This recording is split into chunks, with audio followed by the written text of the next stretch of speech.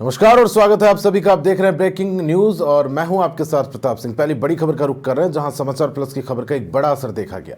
Dudu PHED अधीक्षण अभियंता कार्यालय बंद होने का ये मामला है और समाचार प्लस की खबर के बाद पीएचईडी प्रशासन की अब नींद टूटी है।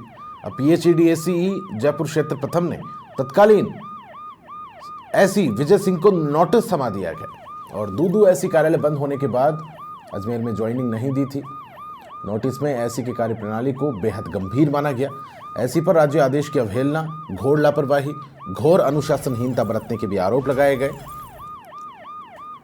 पीएचईडी प्रशासन ने एसई विजय सिंह के वेतन कटौती की भी यहां पर चेतावनी दी है। पीएचईडी एसी सतीश जैन ने एसी विजय सिंह को नोटिस थमा दिया है। हालांकि एसी विजय सिंह एसी शुभांशु दीक्षित को शिकायत कर चुके हैं।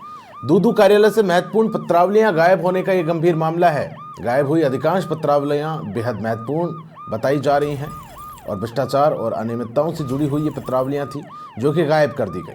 भ्रष्टाचारियों को संरक्षण देने वाली राजनीतिक हस्तियां अब दबाव बना रही हैं। गायब की गई पत्रावलियों के मामले पर लीपापोती करने का भी दबाव है। ऐसे में पेयजल योजनाओं में कैसे प्रगति होगी और कैसे सुधार होगा, एक बड़ा प्रश्न है।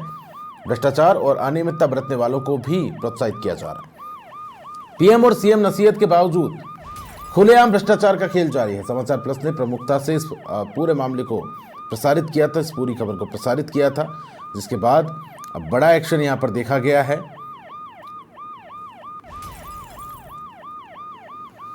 वरिष्ठ सहयोगी राकेश शर्मा फोन लाइन पर अधिक जानकारी के साथ जुड़ गए। राकेश, पीएचईडी अधीक्षण अभियंता कार्यालय बंद होने का मामला था जो कि समाचार प्लस ने प्रमुखता से दिखाया था, इसके बाद खबर का असर देखा गया है। बिल्कुल, देखिए प्रताप, अगर हम ये कहें कि पीएचईडी में पोपाबाई का राज चल रहा है तो ये गलत नहीं होगा, क्योंकि 1 जुलाई को कार्यालय बंद कर दिया गया था। उसी दिन चार्ज सौंपना था, लेकिन 15 जुलाई 16 जुलाई तक चार्ज नहीं दिया गया। ये निश्चित तौर पर जो सरकार के आदेश हैं उनकी घोर अवहेलना है, मनमर्जी है।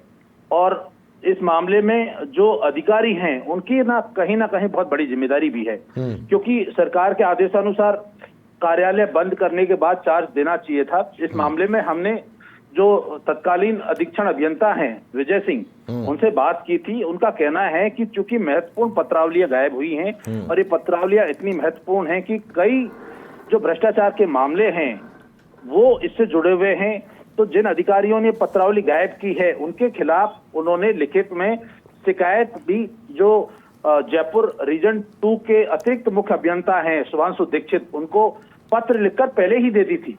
लेकिन अतिरिक्त मुख्य अभियंता शुभांशु दीक्षित जो विजय सिंह का पत्र था उसको दबाकर बैठ गए और उस पर कार्रवाई नहीं की गई। अब जब समाचार प्लस ने इस पूरे मामलों को प्रमुखता से उजागर किया कि किस तरीके से भ्रष्टाचार के मामले दबाने की कवायद की जा रही है, पत्रावलियां गायब कर दी गई हैं, 15-16 दिन तक जो है वो कार्यालय बंद नहीं किया गया, चार्ज नहीं दिया गया है, उसके बाद जलदाय प्रशासन की नींद टूटी है और जो तत्कालीन अधीक्षण अभियंता हैं विजय सिंह, उनको नोटिस थमाया है। इस नोटिस में जो है उन पर कार्रवाई करने के लिए लिखा है, लेकिन उनके द्वारा जो पहले पत्र लिखे गए थे उनको नजरअंदाज कर दिया गया है। और चूंकि अब ये कार्यालय दूदू कार्यालय रीजन 2 के जुरिडिक्शन में आ गया है, तो जो पत्रावली जारी करनी चाहिए थी वो रीजन 2 के जो अतिरिक्त मुख्य अभियंता है शुभांशु दीक्षित को करनी चाहिए थी, लेकिन ये जो रीजन प्रथम से जारी की गई है। तो ये कहीं ना कहीं ये पूरे मामले की लिपापोती की कोशिश की जा रही है कि जो फाइलें गायब हुई हैं उनको मुद्दा नहीं बनाया जाए, उसको छुपाया जाए और जो भ्रष्टाचारी हैं, भ्रष्टाचार करने वाले हैं, उनको संरक्षण दिया जा सके। तो अब ये एक बहुत बड़ा विवाद जो है सामने आया है कि किस तरीके से जो जल जीवन मिशन या दूसरे जो भ्रष्टाचार के मामले हैं उन योजनाओं में भ्रष्टाचार पर अंकुश लगेगा। क्या जो भ्रष्टाचार करने वाले हैं उनको इसी तरीके से संरक्षण मिलता रहेगा, उन पर कार्रवाई क्यों नहीं?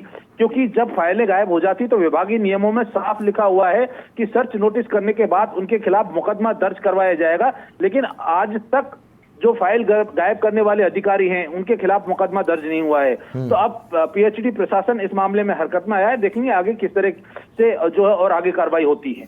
अच्छा, क्या कुछ गाज इस संबंध में क्या कुछ कार्रवाई घटित हो सकती है संभावित, इसको लेकर बात करें, क्योंकि राज्य सरकार के आदेश की अवहेलना के भी नोटिस के अंदर गंभीर आरोप हैं, इस बात का जिक्र हुआ है नोटिस में। बिल्कुल देखिए प्रताप, जो जिस तरीके से साफ लिखा गया है नोटिस में कि उनका जो जितने दिन का वेतन उन्होंने ज्वाइनिंग नहीं दी अजमेर में, उनका वेतन काटा जाएगा, साथ ही उनके ऊपर अनुशासनात्मक कार्रवाई हो सकती है क्योंकि राज्य आदेश की पालना नहीं की गई है।